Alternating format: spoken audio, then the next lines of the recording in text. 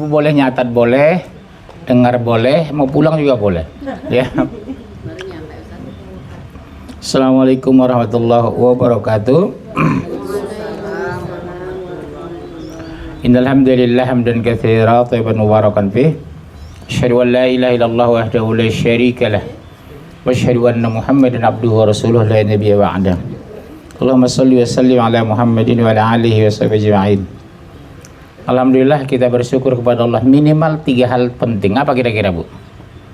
Yang paling kita syukuri 3 hal penting. Kalau Ibu jawaban benar boleh pulang. Apa kira-kira? Satu, nikmat iman dan Islam. Kedua, sehat. Yang ketiga, sempat. Waktu luang. Ya Ibu boleh pulang, benar jawabannya. Ya. Kita bersyukur atas itu diberikan iman Islam. Coba lihat Bu, berapa banyak orang tahu pengajian belum tentu mau datang. Di rumahnya nggak ngapain, nggak nonton TV, sinetron dan sebagainya. Padahal nuntut Al-Quran itu lebih penting daripada sholat tahajud. Sholat tahajud itu sunnah kok. Sholat duha sunnah kok. Senin Kamis sunnah kok. Ibu sampai mati nggak melakukan itu, nggak ditanya pada masyarakat. Betul? Tapi kalau ibu tidak mengkaji Quran, ditanyakan besok. Kenapa aku turunkan Al-Quran, kitab suci yang kau pelajari hukumnya wajib Bu ini. Mengkaji kitab suci hukumnya wajib, fardu ain. Muslim dan muslimah. Tapi kalau sholat tahajud, ibu sampai mati, mulai nanti malam berhenti, nggak ada masalah. Ibu tidak Senin Kamis sampai mati, nggak apa-apa. Tapi kalau ibu nggak mau mengkaji Quran, besok dipertanyakan Bu. Bagaimana kita mengimani kitab, kita sendiri tidak mau belajar. Bagaimana ibadah kita benar kalau peraturannya kita nggak tahu. Ya contoh hijab. Banyak orang berhijab tapi masih salah. Banyak orang berhijab belum tentu benar. Karena dia mengikuti bukan mempelajari. Meniru bukan apa Bu? Hanya meniru dia. Orang meniru, lihat Indonesia kan, meniru Jepang, meniru Jepang, meniru Jepang. Teknologinya bukan inisiatif tapi meniru. Begitu rusak mobilnya nggak bisa diperbaiki karena dia meniru. Baik, kok mati-mati ya? Baterai atau gimana? Iya, iya Bu. Apa baterai? Ada bawa cadangan?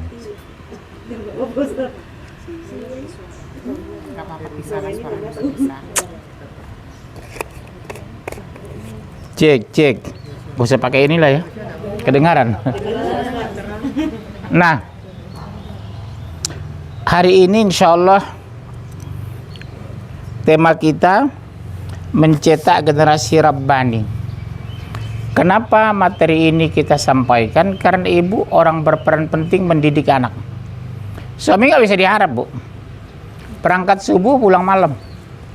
Dia berangkat anak masih tidur, dia pulang anak sudah tidur. Ya Bunda ya. Yang kedua secara psikologi, kalau ibu ada psikolog di sini, orang terdekat kepada anak itu seorang ibu. Karena dia keluar dari rahimnya, keluar dari perutnya. Sementara ayah kasihnya sepanjang jalan, kalau ibu tak terbatas. Ya Bu ya. Kalau ibu meninggal suami, bertahan janda sampai 75 tahun. Kenapa nggak nikah Bunda? Belum tentu Pak, suami saya mencintai anak saya nanti. Begitulah tulus hati seorang ibu itu. Tapi kalau seorang bapak meninggal istrinya, 3 hari udah mulai dia melirik tetangga. Nah pengalaman ibu ini kan, ya sebentar itu sebelum meninggal aja melirik orang, apalagi sudah meninggal kan. Masya Allah. Itulah umumnya laki-laki kecuali saya. Ya, Masya Allah. Nggak usah ketawa Bu, ngenyek itu. Baik. Generasi Rabbani adalah pemuda yang selalu berpegang teguh pada Al-Quran dan Sunnah, menjadikan Al-Quran sebagai pedoman hidupnya. Garis bawah Ibu ya, menjadikan Al-Quran sebagai pedoman hidup. Malam membaca Quran, subuh membaca Quran, selalu bersandar ke Quran. Suami ibu, anak ibu, saudara ibu, teteh di rumah, serta mengamalkannya dalam aspek kehidupan dan kelakuan. Untuk mewujudkan tujuan itu, Perlu ada metode supaya kita tahu, kita paham, kita ngerti, kita beramal. Mencintai Quran kalau tidak memahaminya bagaimana mengamalkannya, betul ya Bun? Harus dipelajari. Belajar saja pun tidak semua benar. Contoh, maaf. Ada kadang oknum ustadz mengajarkan tapi tidak punya dalil. Contoh, baca selawatan Bu 1000 kali per malam. Dalilnya mana? Nggak tidur dong Ibu. 1000 kali semalam. Satu malam. Baca Bu ya zikir ini, zikir itu, zikir ini. Dalilnya mana? Ibu kalau ada ustadz mengajarkan begitu di sini, tanya dalilnya. Kok nggak ada? Jangan ikuti. Namanya bid'ah. Nggak usah diikuti. Bisa syirik malah. Ucapkan Ibu salawat ya. Kalau Ibu baca 1000 kali satu malam, rezeki Ibu mudah. Berarti udah salah niat. Bersalawatlah karena Allah, bukan menghadapkan uang. Ya Bunda ya. Salat tahajud Bu supaya badan sehat. Astagfirullah. Tahajud ibadah, sakit itu ujian. Jangan hubungkan tahajud ke penyakit. Percuma ya Bu itu taat tapi bengek penyakit. Ibu jangan berpikir saya sholatlah supaya badan saya sehat. Nggak boleh Bu. Sholat itu ibadah, sakit itu ujian. Jangan di pintu Bu, kemari aja kemari. Sini Bu sini. Sana juga luas. Itu kalau dekat makanan takut habis nanti. Ya Bunda ya. Jadi jangan mengharap sesuatu kecuali ridho Allah. Apa namanya itu? Maradatillah. Ridho Allah. Siapa orang yang mencari ridho itu? Dijelekkan tidak marah, dibully tidak tersinggung, dipuji tidak bangga. Karena dia mencari ridho, bukan mencari pengakuan manusia. Saya ulangi Bunda. Orang yang ikhlas itu terdeteksi keseharian. Dipuji, astagfirullah Bu. Jangan ya Bu, yang dipuji itu hanya Allah. Dihina dia tidak pernah marah. Karena dia mencari ridho Allah. Hebat ya Bu, Ibu taat ya. Kewajiban Bu. Ibu hebat ya begini. Enggak Bu, biasalah. Tidak bangga ketika dipuji, tidak tersinggung ketika dicaci. Karena dia mencari ridho, bukan mencari pengakuan. Kalau Ibu sudah berpikir seperti itu, Ibu orangnya ikhlas berarti. Ya. Hidup itu tenang kalau ikhlas Bu. Karena tidak menunggu pengakuan. Tidak menanti pujian.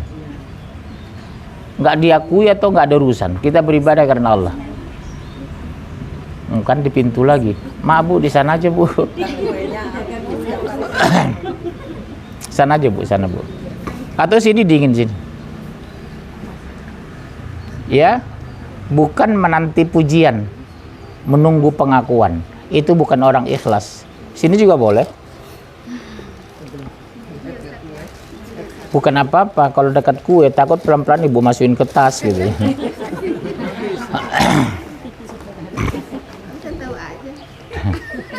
Ya. Untuk sampai ke sana Bu, kita memahami Al-Quran itu ada metode. Satu, ajari mereka untuk bertauhid, mengenal dan mencintai Allah. Satu, catat Bu, kalau mau nyatat. Ajari mereka untuk bertauhid yang benar. Siapa mereka itu? Anak, cucu. Kalau perlu suami juga malas ngaji. Di kantor malas ngaji, di komplek nggak datang. Ya, laki-laki itu paling malas ngaji Bu. Saya yakin Ibu tiap malam baca Quran minimal 1 juz. Tapi suami Ibu belum tentu, betul kan? Ada tiap malam mengaji baca Quran. Hah? Tapi umumnya yang saya tahu, yang rajin ngaji itu ibu-ibu. Bawa bapaknya nonton TV, baca koran. Berarti terbalik di sini ya.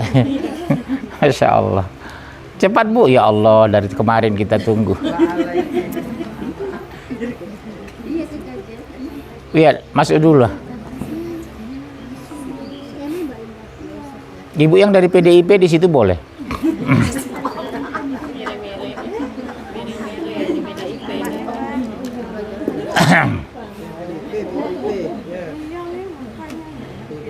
Udah. Asmi, sini aja sini. Kasih ya ibu-ibu. Sama Umi nanti.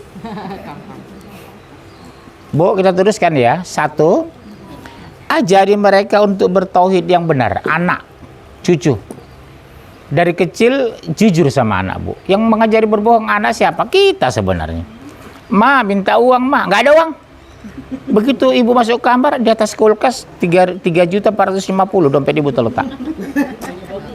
Iya, Bu. Masuk memori dia, ibuku berdusta. Subhanallah. Jam 5 suami ibu pulang. Pak, minta uang dong. Nggak ada pulang, nggak ada uang. Shh. Suami ibu duduk di sofa, baru masuk kamar, terjatuh dompet. Begitu ayahnya masuk kamar, ketemu anaknya dompet 4.750.000. Berarti ayahku berdusta. Jam 5 sore ngomong sama pembantu, Mbak minta uang dong. Nggak ada uang. Di atas tumpukan bawang ada uang 750.000. 3 kali masuk memori ke anak. Ibuku, ayahku, dan Mbak selama ini nyiapkan makan kami berdusta kepadaku. Kita sebenarnya mengajar dusta itu. Kenapa tidak berani jujur? Minta uang mah, ada uang mah, ada nak. Tapi ini juga kebutuhan besok, dan besok. Kamu kan sudah jajan tadi sore, tadi pagi. Kalau tiap hari kamu minta uang sebanyak itu, dari mana uang kita? Penghasilan ayah cuma 80 juta sebulan. Misalnya kan gitu kan. Iya. Jujur aja lah. Sekali bohong, masuk memori, ibuku berbohong, ayahku berbohong, pembantu si Mbak berbohong. Hari ini berubahlah kita, jujur. Gak ada uang. Kan itu selalu kan omongan ibu, kan gak ada uang. Ibu masuk kamar, dompet ketinggalan di atas kulkas, di atas lemari, di atas meja makan. Kebuka sampai dia. Satu memori demi memori masuk. Ibuku pembohong. Buka Al-Quran. Surat 333, surat 2 133, surat 31 13.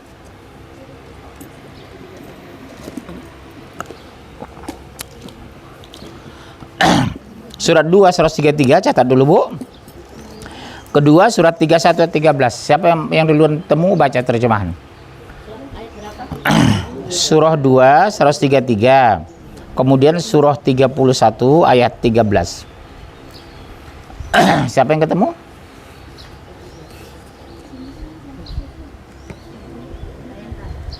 Udah.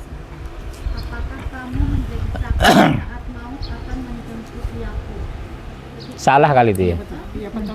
Iya. Terus. Yang mana baca itu? Enggak kedengaran. Iya, terus. Apakah kamu menjadi saksi saat maut akan menjemput Yakub ketika dia berkata kepada anak-anaknya, apa yang kamu sembah sepeninggalku? Mereka menjawab, kami akan menyembah Tuhanmu dan Tuhan nenek moyang, yaitu Ibrahim, Ismail dan Ishak, yaitu Tuhan yang Maha Esa, dan kamu hanya berserah diri kepadanya. Nah, ibu kalau meninggal bukan nanya rumah kontrakan, rumah kos-kosan. Lakukan seperti Nabi itu. Apakah kamu nak masih menyembah Allah sepeninggal mama? Apa kamu masih sholat nak kalau mama sudah meninggal? Kalau orang sekarang enggak. Nanti yang rumah kontrakan sana kamu ya nak, rumah kos-kosan adikmu. Baru meninggal dia. Iya, Bu. Jadi nabi-nabi itu kalau menjelang meninggal itu pertanyaan. Rasulullah juga begitu. Apakah sepeninggalku kalian masih sholat? Masih menyembah Allah? Masya Allah. Ya, wasiat itu bermutu, berkualitas. Ibu masih lama kira-kira? Insya Allah ya. Berapa umur sekarang? 65. Oh ya udah lewat sih. Rasul kan 63 kan? Udah 2 tahun. Enggak ngeri-ngeri sedap ibu gitu? Enggak ya? Pasrah aja lah ya. Kapan dipanggil silakan. Syukur-syukur sampai 120. Iya, Bu. Jadi ibu besok kalau udah sakit-sakitan, udah terasa firasat, insya Allah dikasih, Bu. Kalau kita orang beriman, menjelang meninggal kasih firasat. Nak, kalau ibu mau meninggal nanti nak, apakah kamu masih nyembah Allah nak? Doakan mama ya nak. Kamu anak satu-satunya anak mama. Yang kasihan Bu, udah anak satu nggak beriman. Seperti saya kan ayah ibu udah meninggal. Doa dari saya lah anak kandungnya. Setiap habis sholat diharapkannya doa kita, subhanallah. Bayangkan anak 5 satupun gak beriman, Bu. Setiap saat diharapkan doa dari anak cucunya. Siapa orang tua yang sudah meninggal di sini? Yang udah meninggal? Rata-rata udah ya? Iya. Jangan lupa ya, Bu. Kita nggak tahu apakah maaf adik kita, bang kita mendoakan. Minimal kita lah ya. Diharapkan terus sama almarhum ibu ayah kita. Mereka berjasa sudah. Setiap saat mereka mengharapkan di kubur itu, Bu. Doa dari anaknya. Syukur-syukur 5 anaknya semua beriman. Seperti ibu lah, adik kakak berapa orang? Adik kakak berapa orang, Ibu? 6 kan? Hidup semua? Iya. Orang tua udah meninggal pasti kan? Iya. Kalau anak-anak beriman kan alhamdulillah. Doa dari anak-anak itu. Iya kan?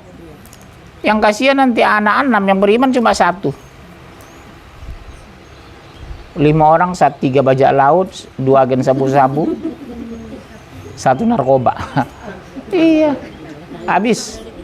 Lupa berdoa 1 habis semua. Oleh sebab itu kita doakan mudah-mudahan semua anak keturunan kita orang yang soleh. Jadi sepeninggal kita mereka nggak putus doanya. Luar biasa loh, Bu, doa anak yang soleh itu. Di padang mahsyar juga begitu, nanti kita mengharapkan mereka.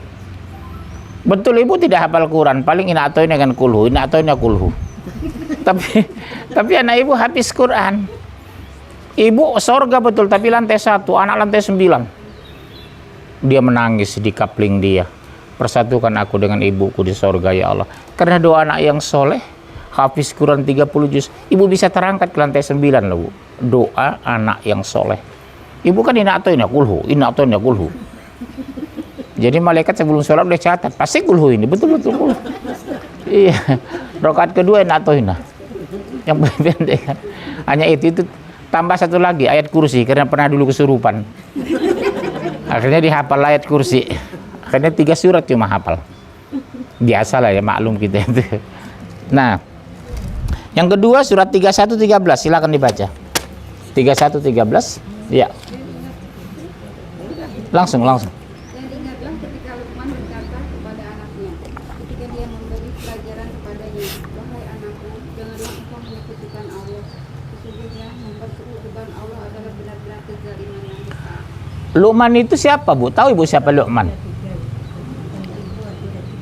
Luqman itu bukan nabi loh, Bu. Dia bukan rasul. Tapi sahabat juga bukan. Luqman itu bukan sahabat, Bu. Tapi dia orang taat, dimasukkan di salah satu surah dalam Al-Quran.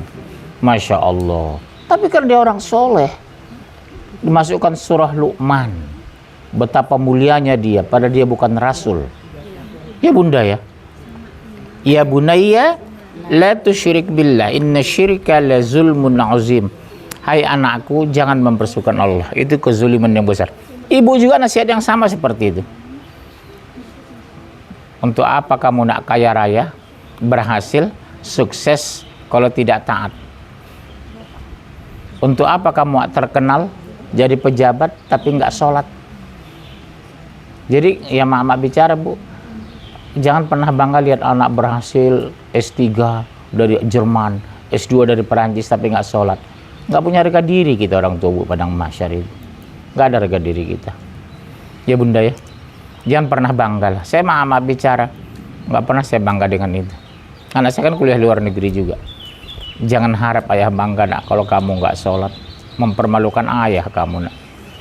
Tapi kalau anak kita S3, otaknya cerdas, ilmunya luas, ya Bu ya, orang taat, penghafal Quran, Masya Allah. Makanya anak saya semua pesantren dulu, baru nanti kuliah ke luar negeri. Jadi di sana itu diawasi atau tidak, tetap sholat. Karena berbasic agama. Saya masukin pesantren-pesantren. Terserah. Nanti di luar negeri ngambil ekonomi bisnis di luar negeri gitu. Silakan, nggak apa-apa. Tapi basic agama harus ya nak. Nggak bisa tidak. Dunia kita sebentar kok. Macam ibu lah, berapa tahun lagi udah selesai. Iya kan? Di atas Nabi, iya 65. Hah? 63 Nabi kita udah lewat. Iya makanya. Iya Bu, udah bonus 2 tahun beliau. Berapa tahun lagi lah? Nggak tahu kita kan Bu, Allahu a'lam kan. Yang pasti Semakin tua umur kita, titik kematian semakin dekat. Itu teorinya nggak bisa dibantah. Bo, yang pasti semakin tua usia kita, titik kematian semakin dekat. Walaupun tidak ada jaminan muda tidak mati, betul kan? Bisa jadi ibu duluan meninggal dari saya. Bisa, atau saya belakangan ibu duluan, nggak ada masalah. Iya ada juga gitu ya. Iya, yang pasti kita pasrah. Karena kematian nggak bisa ditunda, betul? Kedua, ajari keluarga untuk melaksanakan sholat. Beda kita dengan kafir sholat, Bu. Perjalanan ke luar negeri semua punya kok.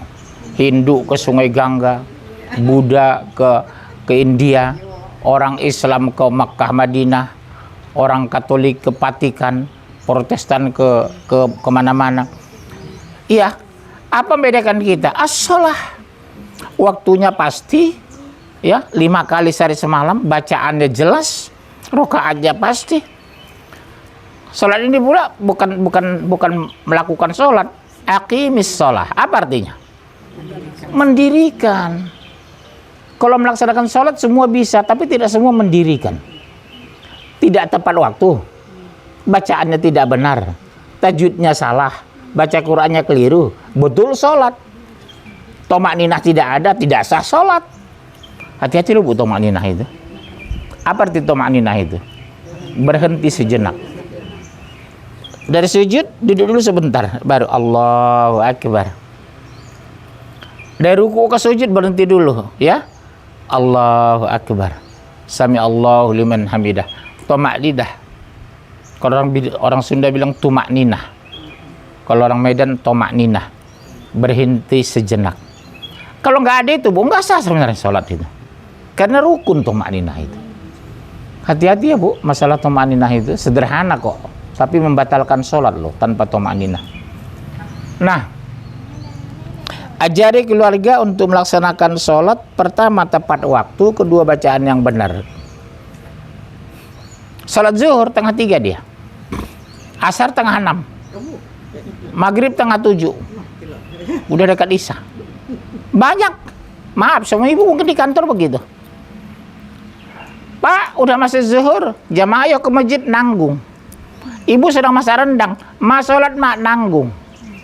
Tengah 3 baru sholat zuhur, karena nanggung rendang lagi di atas tungku. Matikan kompornya, saya bilang. Ibu lagi gulai ayam, mas sholat dia jamaah nanggung. Takut santan pecah. Lebih bagus takut ibu santan pecah daripada iman pecah. Iya kan ibu-ibu sering gitu. Nanggung Pak, lagi bikin gulai ayam. Tengah 2 matang baru sholat. Matikan aja kompornya, supaya santan tidak pecah. Sholat dulu, habis sholat baru nyalain kompor lagi. Memang kalau nyalain kompornya, ibu sholat santan pecah. Jadi nggak enak. Bisa disikapi, saya bilang, matikan kompornya. Sebentar Pak, saya matikan kompor dulu. Udah, habis sholat nyalain lagi. Ya, penyakit ibu-ibu di situ. Laki-laki ketik. Pak, sholat dia nanggung 2 lembar lagi. Semua kita punya kesalahan. Intinya satu, apa? Lalai. Kenapa lalai, Bu? Kalau jawaban benar ibu pulang, apa kira-kira? Kenapa bisa lalai? Kadang sengaja, kadang enggak. Lalai itu sebenarnya disengaja semua. Tapi kenapa terjadi itu? Pengaruh setan. Udahlah, nggak usah lah. Hah? Kenapa? Pengaruh setan. Iya. Benar, Bu. Kenapa dipengaruhi setan? Karena iman kurang. Lawan, Bu, istighfar. Ustaz, bagaimana cara melawan setan? Banyak istighfar.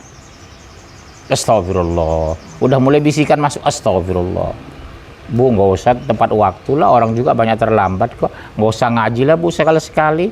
Orang lain juga belum sentuh ngaji kok. Kan nggak semua konstan seminggu hadir sebulan setahun. Kan, Bu? Ada aja nggak datang selama setahun itu. Kenapa bisa seperti itu? Kenapa orang disiplin kalau ke pesta? Jam 7 sampai jam 9, jam 6 sudah sampai. Takut kambing guling habis, karedok habis. Amplop 10.000, makan 3 habis. Kelakuan ibu itu. Kenapa pesta bisa disiplin? Saya lihat Bu kadang di hotel itu ya Bu. Di hotel biasa kan jam 11 sampai jam 1 ya, 2 jam. Atau jam 7 sampai jam 9 malam. Itu jam 6 udah penuh Bu. Subhanallah. Pada pesta dimulai jam 7 habis maghrib. Tapi giliran ngaji, inilah maaf, berapa coba yang datang? 19. Masih mendingan ya. Udah banyak ini ya. Biasanya berapa? 15. Bisa 10 ya? Masya Allah. Iya lumayan ya 18 orang. Udah mulai insaf ya. Alhamdulillah. Lain juga Pak Ustaz. Hah? Di tempat lain juga ada yang bentrok. Oh gitu ya. Kalau saya sih ngaji itu yang terdekat dengan rumah. Sama dengan masjid Bu. Tidak dianjurkan kita nyimpang ke masjid lain kalau dekat rumah. Tidak dianjurkan ke masjid lain itu. Misalnya ibu di sini kan, ada pengajian di sini. Tidak dianjurkan ibu ke kota wisata cari pengajian kalau masih ada di sini pengajian. Bahkan dilarang sebenarnya. Kalau yang di tempat pengajian lain udah berjalan keluar. Hah? Tetap kita dahulukan di tempat kita kalau ada pengajian. Masjid juga gitu Bu. Di celah itu zaman Rasulullah, misalnya ada masjid di sini ya Bu, suami ibu selalu keluar masjid, cari masjid luar, sebab nggak dianjurkan itu. Ustaz, tapi kan lebih jauh masjid, banyak pahala. Jalan aja Bu ke Istiqlal tiap hari.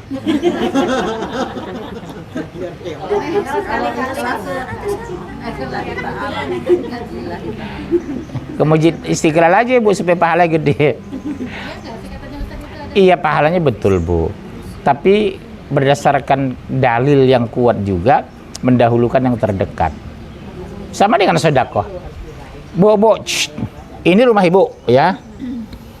Ini tetangga ibu. Ini adik kandung ibu. Ibu pulang dari Medan bawa durian. Yang mana? Ini dulu tuh ini.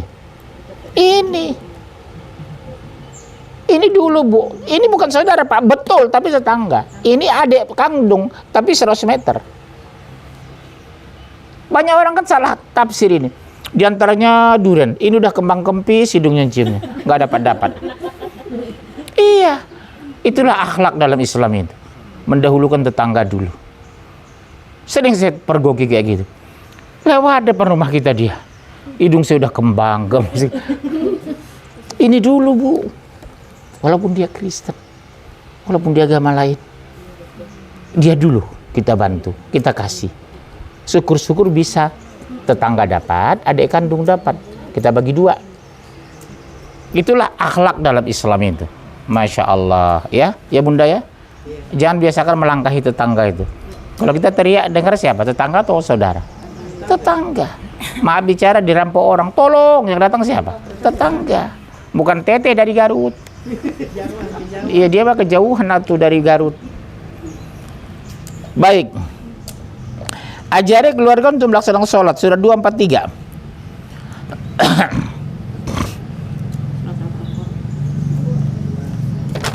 Cepat, 243.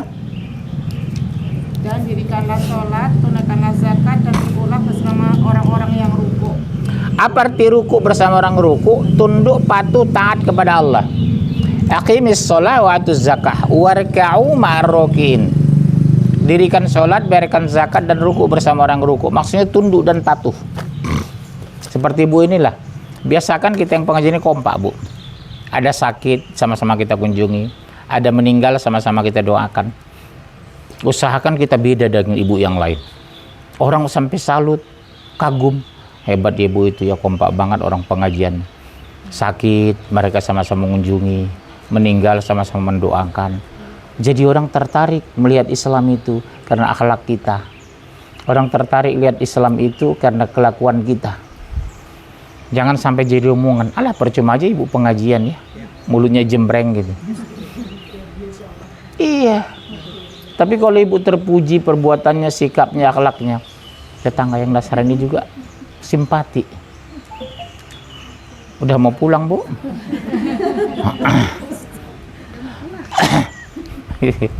Benar, orang simpati jadinya. Tapi kalau kita nggak terpuji sikapnya, wah, orang nggak simpati lihat Islam itu. Islam itu lihat orang pertama dari siapa, Bu? Sikap penganutnya. Hebat ya Islam itu ya, berakhlak. Ibu-ibunya tidak keluar malam kok nggak penting. Anak-anaknya tidak berkeliaran. Luar biasa ya Islam itu, kata orang. Orang tertarik, simpati lihat kita. Tapi kalau ibu sama dengan orang di luar sana, nggak usah ngaji, Bu. Bubar aja. Ya. Anak-anak ibu terpimpin, di sekolah berprestasi, sholatnya ke masjid. Suami nggak ke kafe. Ada juga suami ibu kerjaan ke kafe tiap hari. Ke masjid kagak, tapi ke kafe. Ya. Kemudian buka surat 403. 403.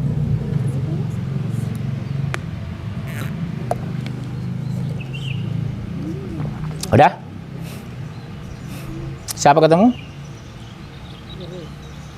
Selanjutnya, Iya. apabila kamu telah menyelesaikan sholatmu, ingatlah Allah ketika kamu berdiri, pada waktu duduk, dan ketika berbaring.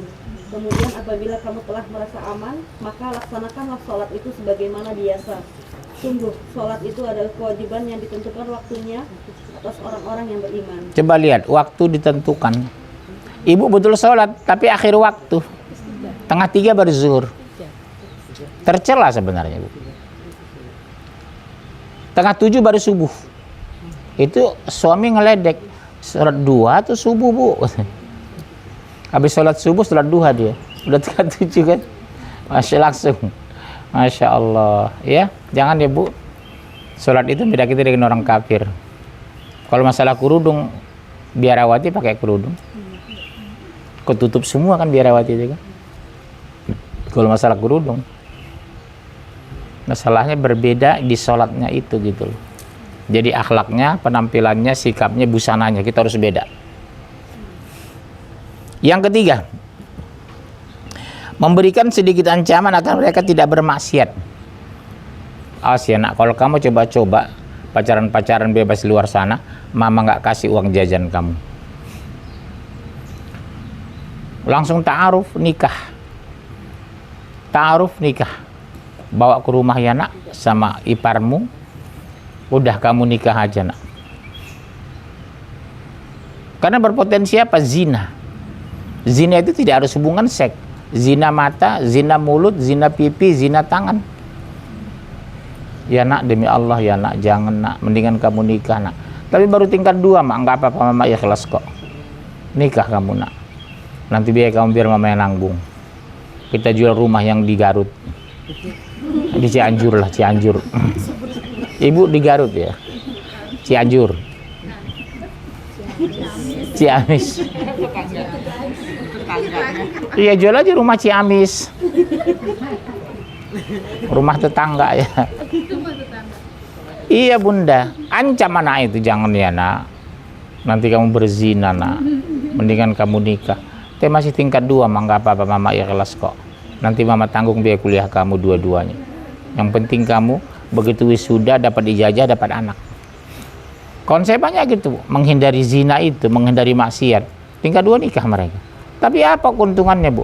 Begitu kita wisuda, dapat ijazah, mereka dapat anak. Iya, saya lihat ternyata rezeki mereka ada. Kasih les-lesan mereka privat suami istri itu ke rumah-rumah. Masya Allah, karena mereka mencari ridho Allah. Allah mudahkan urusannya. Ya, daripada biarkan pacaran 4-5 tahun, nauzubillah. Disuruh nikah aja, atau nggak usah pacaran. Nanti mama ta'aruf cari yang lain. Kawan mama banyak anak yang cantik-cantik nak. Seperti kita ini bagus Bu. Saling memperkenalkan. Misalnya anak ibu laki-laki, alumni ITB umur 28 tahun. Ibu ini umur 24 tahun, alumni UI. Jodohkan aja Bu. Iya, Bu, Rasulullah itu Bu, besan Rasulullah itu, mantunya Rasulullah, semua awalnya sahabat itu. Abu Bakar, Umar, siapa itu? Mertua kan? Itu awalnya sahabat Rasul. Utsman, Ali, sahabat Rasul. jadi mantu, Bu. Yang paling bagus kita besanan seperti ini, karena level kita sama. Sama-sama kenal Quran, sama-sama cerdas Quran, sama-sama pelajari Quran. Ibu ini misalnya, wanita taat. Nikah anaknya dengan besan nggak ngerti agama. Waktu pernikahan, ibu pakai hijab bagus, sementara besan rambut terbuka. Kan malu kita punya besan begitu. Roknya segini, besan. Malu, Bu. Makanya saya bilang, yang paling bagus sebenarnya seperti ini. Ibu anak, ada nih Bu, perempuan. Mau besan sama saya. Anak saya laki-laki semua. Jadi Iya. Anak saya laki-laki semua, Bu. Dari luar negeri bertanya, lanjut. Iya. Kalau udah selevel sama-sama ngerti Quran, ada masalah anak, kita bisa saling telepon enak, Bu. Bu, mohon maaf ya, Bu. Anak kita kemarin kayaknya berantem, Bu. Tolong nasihatilah anak ibu, nggak enak kita, Bu. Karena kita sudah akrab. Ya Bunda ya, dengan biasanya sudah enak kita ngomong. Coba macam saya dengan ibu nggak kenal. Waduh, kurang ajar ya gitu. Karena saya nggak begitu dekat dengan ibu. Tapi kalau kita satu pengajian gini, enak tinggal telepon. Bu, kemarin anak saya itu berantem, maaf ya Bu ya, sama anak ibu. Saya jadi nggak enak, Bu.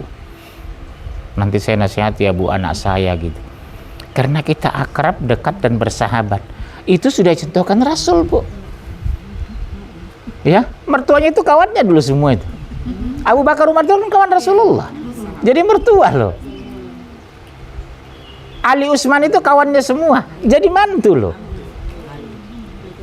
Iya, saya pikir kenapa ya kita nggak contoh seperti itu? Orang terdekat kita jadi mantu, jadi besan, jadi mertua.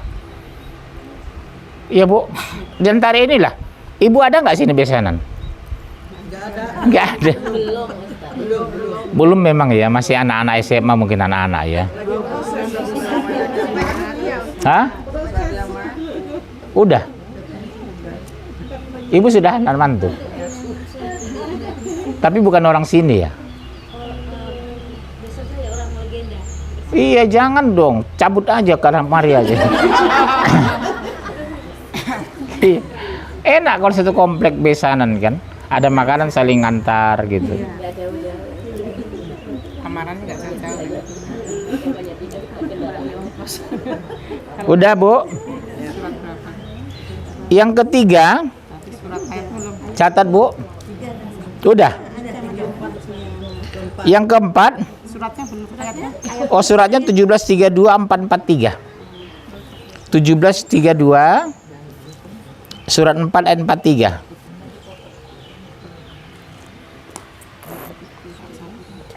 Ya. 1732.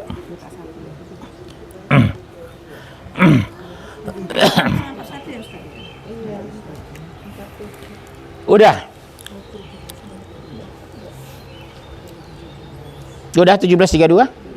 Dan janganlah kamu mendekati zina, sesungguhnya zina itu adalah suatu perbuatan yang keji dan suatu jalan yang buruk. Mendekati aja dilarang. Tapi ibu pastikan dulu, zina itu bukan sekadar hubungan seks. Zina mata, zina kuping, zina bibir, zina pipi, zina tangan.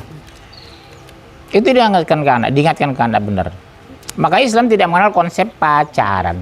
Itu bahasa barat itu. Yang konyolnya, ibu-ibu pengajian, nak, kenalin dong pacar kamu sama mama. Astagfirullah. Memang dikondisikan anaknya pacaran. Bawa dong pacar kamu ke rumah. Modern nggak itu, Bu?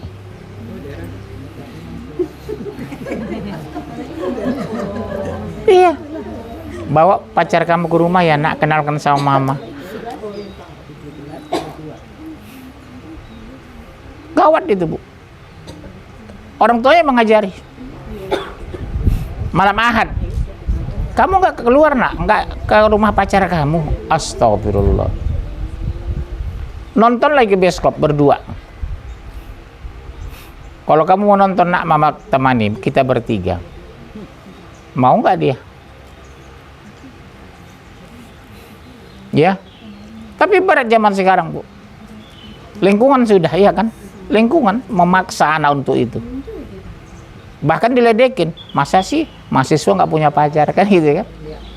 Masa sih Begitu cantik anak ibu nggak punya pacar. Masa sih anak ibu ganteng nggak punya pacar? Rusak. Ibu terpengaruh dengan omongan setan itu. Ibu jadi setan. Memang dasarnya setan.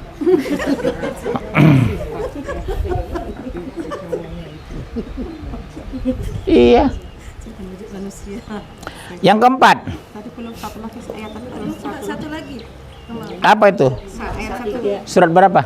443. Iya. 443. Ya Allah, kaki kebas. Astagfirullah. Allah.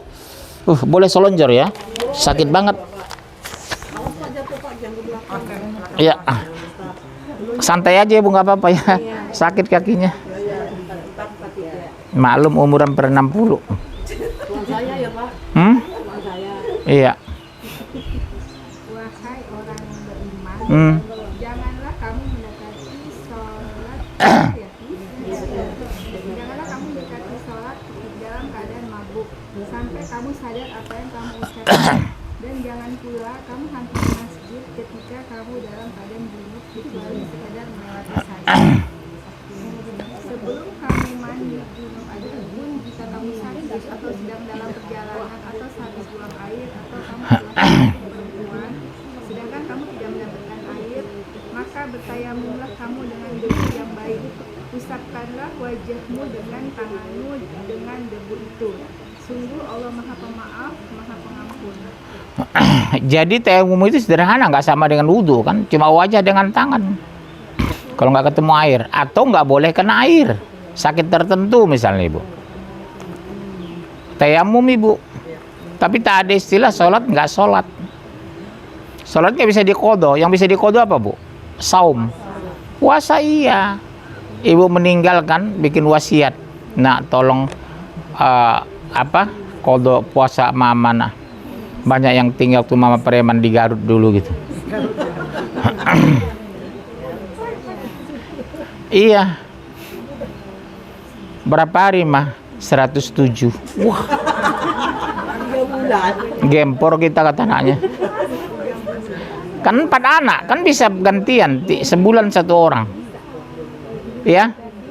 Iya bu, nggak apa-apa ibu bikin berwasiat. Macam ibu, jujur aja lah bu. Ada jaminan puasa ibu sejak balik tidak tinggal. Ada jaminan puasa ibu tidak cacat sejak balik sampai sekarang. Itu ada kan yang cacat misalnya tidak sempurna. Kalau di kodo ada kan enak. Macam saya misalnya, saya kadang di rumah malas makan. Daripada saya nggak makan, mendingan saya puasa. Niat saya mengkodo puasa ibu. Oh iya, lagi nggak selera makan. Besok saya puasa ya Allah, puasa kodo ayah. Bisa bu. Pernah ibu mengkodo puasa ayah diam-diam gitu? Lakukan bu. Bu, diam-diam. Macam saya kadang nggak selera makan saya dulu kan waktu bujangan. Daripada saya nggak makan siang, mendingan saya puasa mengkodo puasa ibu, puasa kakek, puasa nenek. Bagus. Muncul pertanyaan, boleh nggak Pak kita mengkodokan? Puasa orang lain aja kita boleh mengkodokan, apalagi ibu kandung. Kodokan bu puasa ibu, puasa ayah, apalagi sudah meninggal orang tua kita. Niatkan sekali seminggu puasa, ya Allah, aku mengkodokan puasa ayahku dulu yang tinggal. Sekali seminggu ibu hari Rabu misalnya ya, saum. Apalagi ibu nggak kerja, nggak capek, di rumah AC, di ruang tamu AC, di kamar tidur AC, nggak ada capeknya ibu. Kenapa? Nggak ada capek ibu kan? Yang capek itu kan laki-laki bekerja di luar, lapar, haus. Capek juga Pak ibu-ibu. Di rumah kan ada pembantu. Ada. Ya udah. Ya seperti saya bilang kan, capek katanya. Saya bilang, capek ngapain? Yang nyapu, ngepel, masak apa? Pembantu kok saya bilang. Perempuan senang ngeluh bu, capek. Capek apaan? Masih anak 7 nggak ada pembantu. Iya. Kami 7 sekeluarga bu, semua sekolah anak-anak. Tidak pernah pakai pembantu. Makan kami 3 kali sehari. Enak-enak lagi. Apalagi orang Medan itu makan harus pakai ikan. Mana laku tempe di Medan? Iya Bu, tempe itu untuk lala apa? Untuk makan pakai teh, ngopi. Saya merantau ke Jawa. Tempe lauk. Astagfirullah. Sarapan pagi tadi, lauknya tempe. Kok bisa lauk jadi tempe, tempe jadi lauk? Kalau sambal mendingan, Bu. Tempe goreng pakai jadi lauk. Itu makanan seperti gorengan kalau di Medan dengan kopi, teh manis gitu ya. Di Jawa lauk, Bu. Subhanallah. Ya, ya mudah-mudahan Ibu kembali ke jalan yang benar lah. Kelima, ini yang penting Bu. Mohon maaf sekali, ini penting. Memberi makan dari yang halal. Loh, gue memperbanyak doa untuk kebaikan keluarga. Memperbanyak doa untuk kebaikan keluarga. 1440. 2574.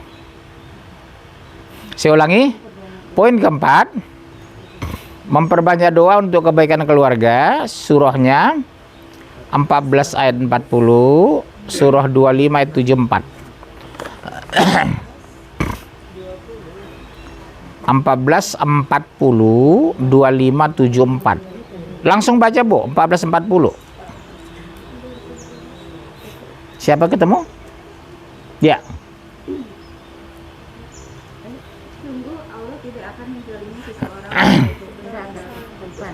Bukan.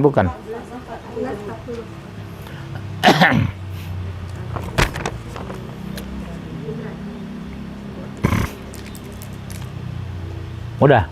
Ya Tuhanku, jadikanlah aku dan anak cucuku orang yang tetap melaksanakan sholat.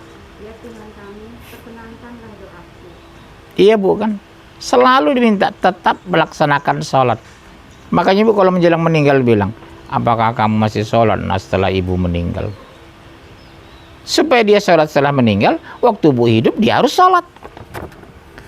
Supaya dia terbiasa, supaya dia enjoy sholat itu.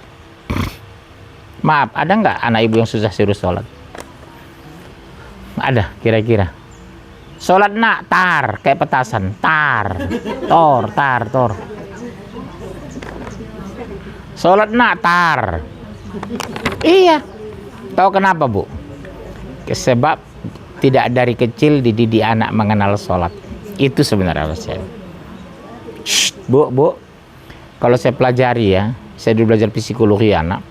Sejak tidak terbiasa, sejak kecil anak dibawa sholat. Bukan disuruh, dibawa sholat. Jadi kita terlibat dalam perintah, bukan menyuruh, tapi mengajak. Seperti saya kan anak saya laki-laki semua. Ke masjid saya bawa sholat. Sejak kecil, sejak 3-4 tahun saya bawa ke masjid. Jadi kalaupun saya nggak ada di rumah, terbiasa mereka ke masjid. Karena dari kecil sudah ke masjid gitu loh. Bagi mereka aneh itu laki-laki sholat di rumah. Cowok dong. Kalau cewek Abdul sholat di rumah Bu. Ibu lebih Abdul di rumah kok daripada ke masjid. Kayak di RT saya itu, kompleks saya itu Bu. Hampir nggak ada laki-laki sholat di rumah itu. Semua ke masjid. Kalau perempuan lebih Abdul di rumah. Lebih Abdul lagi di ruang tertutup di kamar. Perempuan itu. Tapi bukan berarti ibu nggak boleh ke masjid. Misalnya suami sholat ke masjid maghrib, isya, ibu ikut boleh, bukan tidak boleh ya. Tapi ibu harus ada pendamping suami atau anak laki-laki ya. Jangan ibu jalan sendiri, ya. Udah dibaca ayatnya. Surah 2574. Udah 2574. Dan orang-orang yang berkata, ya Tuhan kami, anugerahkanlah kepada kami istri-istri kami dan keturunan kami sebagai penyenang hati kami, dan jadikanlah kami imam bagi orang-orang yang bertakwa. Berarti yang ngomong ini siapa? Suami, istri-istri kami. Berarti istri lebih dari satu Bu. Kan istri-istri kami. Iya bukan istri kami, istri-istri kami. Berarti lebih dari satu. Kalau kalau tapi bagaimana tahu adil kalau belum nikah? Kan ibu bilang, Bapak belum adil, nggak bisa istri dua. Bagaimana ibu tahu nikah aja belum istri kedua? kasih aja dulu istri kedua. Nggak adil baru tarik. Baru tahu kan gitu kan. Kan sering ibu ngomong gitu. Ibu bapak nggak adil. Kok tahu? Istri kan baru satu. Iya Bu ya. Izinkan dulu istri 2, 3, 4. Nggak adil baru tarik. Pak, neraka loh bapak nggak adil. Terus, maaf ya Pak, ceraikan. Kembali ke pangkuanku gitu. Ya daripada dia neraka. Balik bilang. Iya. Saya kenapa nggak berani istri 2, 3? Karena saya merasa belum tentu adil saya. Mendingan saya pertahankan satu dulu. Ini aja berat mengurus dia.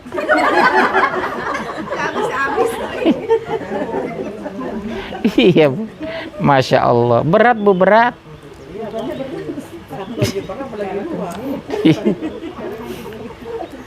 Yang kelima, memberi makan dari yang halal. Ini yang penting Bu, makanannya halal. Betul penghasilan suami halal apa?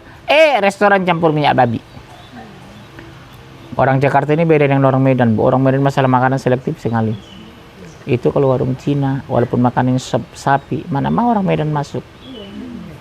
Mangkoknya bekas babi. Rebusannya bekas rebus babi. Di sini saya lihat, udah jelas restoran Cina. Kafir, masih juga makan di sana. Betul yang dimakan sop sapi, tapi kemarin baru bikin sop babi dia. Bekasnya itu. Sendoknya, wajannya, mangkoknya. Coba lihat di Jakarta sana, Bu. Yang punya restoran-restoran mayoritas itu siapa? Cina kan? Kristen kan? Kok masih masuk? Di Medan itu orang jual gorengan aja Bu yang Kristen. Apa kata orang di sana? Jangan kau beli itu. Yang jual itu Kristen itu. Padahal gorengan doang. Nggak mau orang beli di sana itu. Makanya saya bilang orang Medan selektif masalah makan itu. Betul-betul orang Muslim yang punya, orang Muslim yang dagang. Coba ibu ke sana itu. Asal rame masuk. Ibu ngomong sama anak, jangan ya nak, pastikan itu. Saya Bu, Bu, kemana-mana saya cari restoran Padang. Mau ke dalam negeri, macam Singapura, Malaysia banyak sekarang restoran Padang. Itu masih saya tanya Bu. Saya panggil pelayannya, Mbak, yang punya restoran siapa? Orang Minang, orang Padang. Islam enggak? Islam Pak. Baru saya pesan makanan. Kalau enggak, saya keluar. Padahal udah saya pesan Bu. Itulah Allah berikan kemudahan yang firasat itu. Jangan-jangan yang punya ini orang Cina. Memang restoran Padang. Saya panggil, ternyata Cina, Kristen. Saya keluar Bu. Bu, halo. Ya coba ibu selektif itu ya. Anak-anak diajarkan itu. Makan di restoran Muslim ya nak. Makanan yang halal. Teman, Bu, terutama Bu. Terutama teman lo Bu. Silakan berkawan semua orang. Tapi sahabat harus orang beriman. Banyak mahasiswa yang kejebak. Bersahabat dengan orang Kristen. Ujung-ujungnya pengaruhi murtad. Iya Bu, murtad. Kenapa? Terlalu dekat persahabatan itu. Akhirnya muncul bahasa dia. Udah ikut agamaku aja, kamu semua agama sama kok. Itu kan ikut saya saja, semua agama sama kok, sama-sama surga. Enak agama saya, nggak sholat, nggak subuh, tapi surga. Nyanyi doang. Kasihnya seperti sungai, kasihnya seperti sungai. Haleluya. Hati-hati persahabatan. Banyak sekali Bu dari ITB UI yang melapor murtad, terutama perempuan. Di pacaran dengan laki-laki Ambon, laki-laki Batak, laki-laki Manado, laki-laki Flores. Awalnya pacaran biasa, udah cinta, agama berubah. Kan nggak mungkin lah kamu beda agama kita, apalagi kamu kan perempuan. Ikut saya aja, kan gitu ceritanya kan Bu. Ikut saya aja. Kata si laki-laki tadi, habis. Ibu hati-hati ya Bu, kalau ada anak perempuan Ibu ya, pastikan siapa teman dekatnya. Mengerikan sekali sekarang. Saya menangani kasus itu banyak. Kemudian, ini yang penting kita, ibu-ibu terutama. 2168 udah. 2168 surat 588. 2168 surat 588. Udah.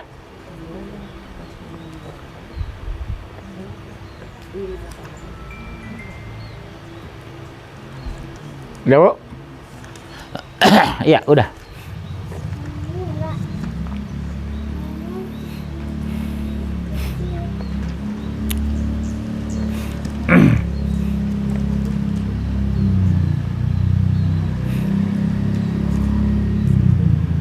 Dua 2168. Ya. Wahai manusia, makanlah dari makanan yang halal dan baik yang terdapat di bumi, dan janganlah kamu mengikuti langkah-langkah setan. Sungguh setan itu musuh yang nyata bagimu. Coba lihat, makan yang baik dan halal. Ada baik tapi belum tentu halal. Ada halal belum tentu baik. Contoh, ibu diabetes, nggak boleh kan makan nasi banyak. Halal nggak nasi itu? Halal. Ibu hipertensi, nggak boleh makan banyak daging. Halal dagingnya halal, tapi belum tentu baik. Islam itu sempurna ngajarkan halal dan baik, baik dan halal, tidak sekadar halal. Macam saya kan diabetes, nggak boleh makan nasi banyak, paling ongol-ongol. Iya Bu, Masya Allah, Islam itu luar biasa, Masya Allah. Buka 3159. Oh, surat 588. 588. Sudah? Langsung. Ayo. Makanlah dari apa yang telah diberikan Allah kepadamu sebagai rezeki yang halal dan baik, dan bertakwalah kepada Allah yang kamu beriman kepadanya. Kenapa harus bertakwa? Allah memberikan kehidupan seperti kita, rezeki yang halal, badan kita sehat, kebutuhan terpenuhi, anak bisa kuliah, suami tidak selingkuh. Kan luar biasa itu, kita syukuri. Ya. Kemudian yang keenam, selalu berkomunikasi dengan anak dengan lemah lembut, tidak membentak dan tidak kasar. Selalu berkomunikasi dengan anak dengan lemah lembut. Bu, kalau anak pulang sekolah, cuci piring. Dia kan capek. Iya Bu, ibu sih nyuruh sih boleh saja, tapi lihat situasi anak. Anak laki-laki, cuci mobil itu, papa udah capek kerja. Dia juga capek kok, dia baru pulang sekolah. Sore kan bisa disuruh jam 4:30. Nak, mobil papa kotor, nggak enak lah papa besok kantor. Tolong cuci ya nak, kan enak dia. Ini nggak begitu, cuci mobil. Ibu-ibu yang sering gitu. Sering nggak gitu? Enggak. Nggak ngaku ya. Iya, sore jam 4:30, nak cuci mobil lah nak. Kotor banget mobil papa, nggak enak lah sama papa. Mungkin dia lembut, karena lembut caranya, dia patuh. Iya mah, insya Allah nanti jam 1 malam gitu. Nah, buka Al-Quran 3159. 3 Ali Imran 159. Maka disebabkan rahmat dari Allah lah kamu berlaku lemah lembut terhadap mereka. Sekiranya kamu bersikap keras lebih berhati kasar, tentulah mereka menjauhkan diri dari sekelilingmu. Karena itu maafkanlah mereka, mohonkanlah ampun bagi mereka, dan bermusyawarahlah dengan mereka dengan usahamu. Kemudian apabila kamu telah membulatkan tekad, maka bertawakallah kepada Allah. Sesungguhnya Allah menyukai orang-orang yang bertawakal kepadanya. Coba lihat Bu, berlemah lembutlah kepada mereka, kepada ibu, kepada suami, kepada anak, kepada cucu. Ya Bunda, bisa? Insya? Iya. Lemah lembut menghasilkan kebaikan. Lemah lembut mendatangkan ketulusan. Lemah lembut mendatangkan kasih sayang. Tapi kalau ibu kasar, yang datang kebencian loh. Mama kita baru pulang udah ngatur. Capek. Soalnya lebih kencang dari ibu nanti. Capek mah. Memangnya mama aja yang capek, katanya. Mana di sekolah dia bentak guru lagi, di rumah dia bentak bapaknya. Kapan tenang dia? Iya, itu harus kita ingat itu. Di sekolah udah marahi guru, di rumah marahi ibunya. Terus kapan dia nggak dimarahi orang? Terakhir, membiasakan anak dengan pakaian yang syar'i. Jangan biasakan bu anak ibu celana pendek segini ya. Aurat laki-laki segini di atas lutut, di bawah lutut. Walaupun laki-laki. Maaf bu, anak saya semua laki-laki 3. Kami tidak pernah belikan celana di atas lutut ini, segini celana. Saya lihat banyak orang nyepelekan itu, karena laki-laki itu nggak ada batasan aurat, pakai celana pendek segini di rumah. Keluar rumah cuci mobil segini. Maaf, termasuk suami ibu celana pendek cuci mobil. Aurat kan itu. Dilihat perempuan lain kan tetangga. Mana pahanya korengan lagi. Saya sering perhatikan tetangga cuci mobil segini celananya. Itu kan aurat. Padahal istrinya itu orang pengajian, hijabnya syar'i. Yang lebih gawatnya lagi bu, di antara naik motor sama suaminya celananya segini ke pasar. Kok mau ya? Jadi kalau ada suami ibu seperti itu hari ini, tolong di ngomongin baik-baik. Pak, jangan celana begitulah, nyuci mobil, pak nggak enak sama tetangga. Saya ketua majelis taklim. Ya selama ini yang selalu ngomongin aurat wanita kan. Emang laki-laki nggak punya aurat? Laki-laki sederhana auratnya itu pun nggak ditutup. Antara pusar dengan lutut kan. Segini udah bisa kok celana pendek. Segini juga nggak pakai baju, suami nggak apa-apa kalau itu. Dadanya nggak aurat kok laki-laki. Kalau yang ekstrim lah ya bu. Pusar ke sini kok aurat laki-laki. Artinya buka baju di mobil nggak apa-apa. Dibandingkan celananya ke atas. Karena bukan aurat dia. Kalau dada laki-laki. Ya, insya 24, 30 sampai 31. Membiasakan anak dengan pakaian yang syar'i. 24, 30 sampai 31. Katakanlah kepada orang laki-laki yang beriman, hendaklah mereka menahan pandangannya dan memelihara kemaluannya.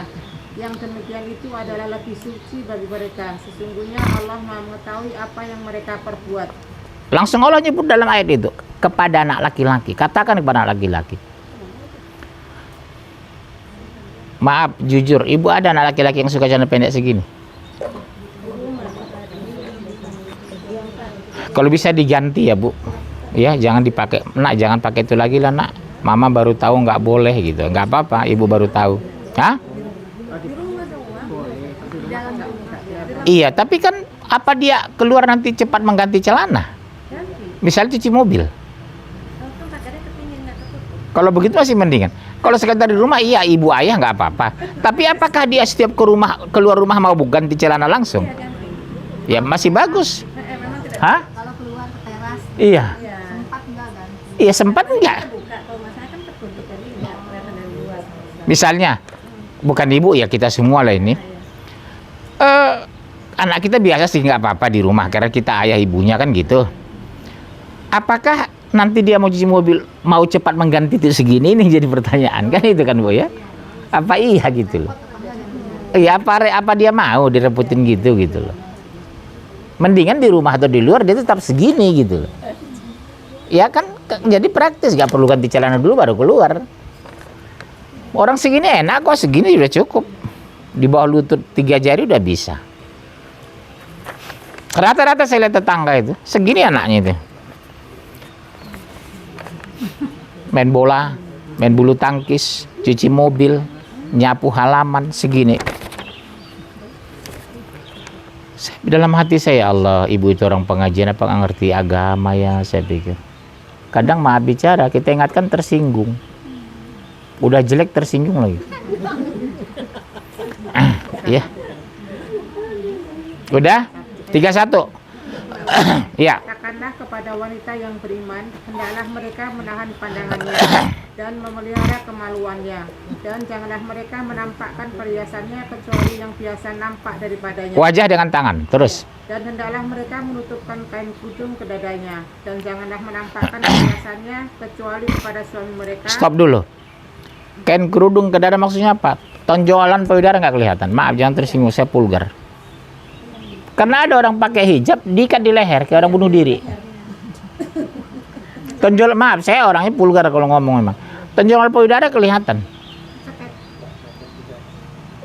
Maaf, pinggulnya kelihatan. Bagusnya sebentar hijab itu segini bu. Pinggul nggak kelihatan, ini nggak kelihatan.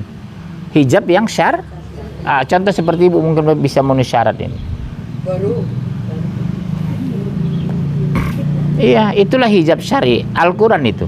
Atau ayah mereka, atau ayah suami mereka, atau putra-putri mereka, atau putra-putra suami mereka, atau saudara-saudara laki-laki mereka. Stop, itulah seterusnya ibu baca sendiri kan. Kalau di rumah nggak apa-apa memang Bu, karena ayah ibunya ada, nggak ada masalah. Tapi yang jadi pertanyaan saya, apa iya keluar rumah mau langsung ganti celana kan itu kan Bu? Apa iya keluar rumah langsung pakai busana menutup aurat? Belum tentu. Ini sih Ustaz Anwar saya pakai mukena. Jadi kalau misalnya ada atau apa langsung pakai. Iya, aja, praktis kan? Gitu, ya. Langsung lari ke rumah tetangga. Ya lama dipakai kami aja paketan aja sih Ustaz gitu. Iya, cenderung begitu kan. Yang paling gampang itu pakai mukena aja langsung, tertutup kan? Iya. Hah? Kalau ada gempa kan bisa langsung lari. Ya pakai mukena, pakai gempa. Rencana kapan gempa di sini? Ya, ibu bikin emosi aja. Ya Bunda ya. Nah, poin terakhir ibu catat aja. Ya terus baca aja.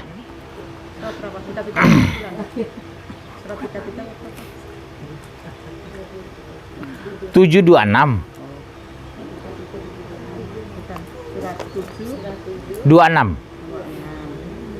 langsung. Hai anak Adam, sesungguhnya kami telah menurunkan kepadamu pakaian yang menutupi auratmu dan pakaian indah untuk perhiasan. Dan pakaian takwa itulah yang paling baik. Yang demikian itu adalah sebagian dari tanda-tanda kekuasaan Allah. Mudah-mudahan mereka selalu ingat. Lihat Bu itu. 3 ayat dijelaskan di sana. Pakaian takwa, menutup aurat. Laki-laki, perempuan. Di Indonesia yang dibawalin kan cuma perempuan doang. Laki-lakinya nggak dibawalin. Nah, poin ke-8. Bermusyawarah dengan anak. Tidak senang-senang ngatur.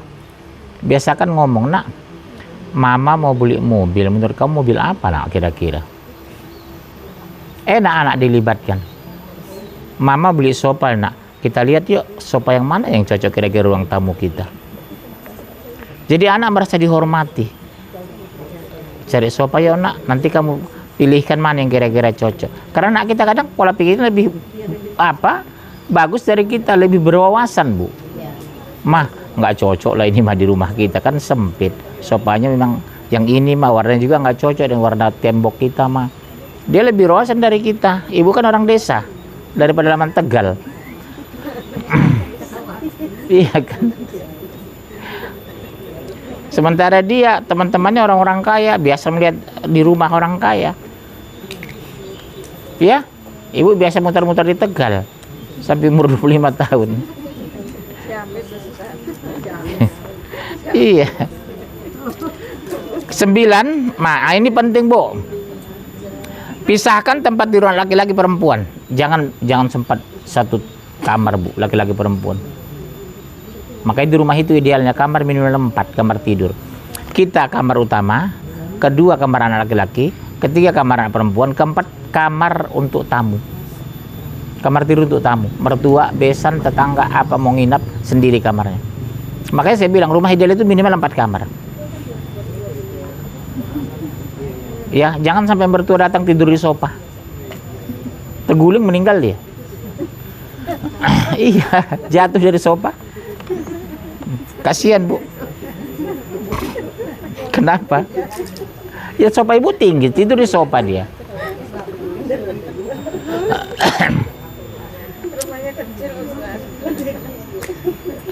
Sepuluh, memaafkan kesalahan anak. Jangan gengsi Bu. Iya, memaafkan kesalahan anak. Itulah 10 poin kebaikan kita bangun di rumah tangga. Any question? One man, one question? Ada pertanyaan? Ya, silakan. Ada pertanyaan? Ayo. Ibu yang dari PDIP, silakan.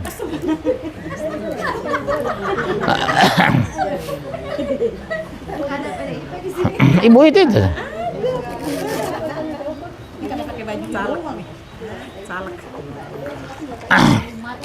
Halo, ayo.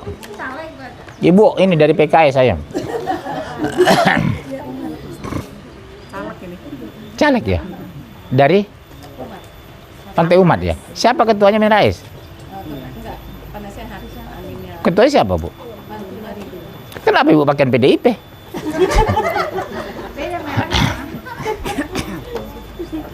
Iya, ada Ibu. Kuenya nanti dulu lah, pertanyaan dulu. Kue nanti dia. Ustaz,